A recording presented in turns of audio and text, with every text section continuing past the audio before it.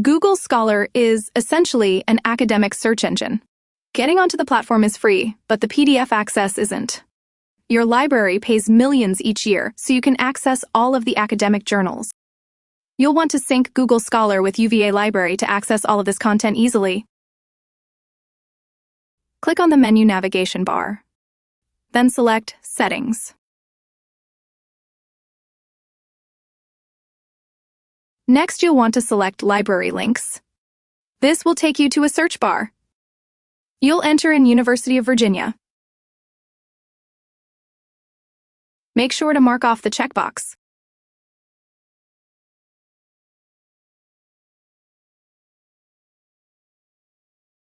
Once that's done, you're good to go.